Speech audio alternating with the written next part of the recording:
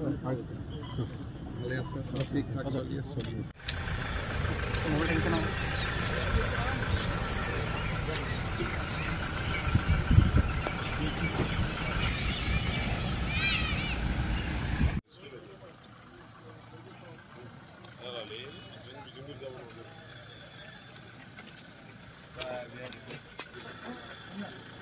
doctor Hemant Biswa Sharma ji जिंदाबाद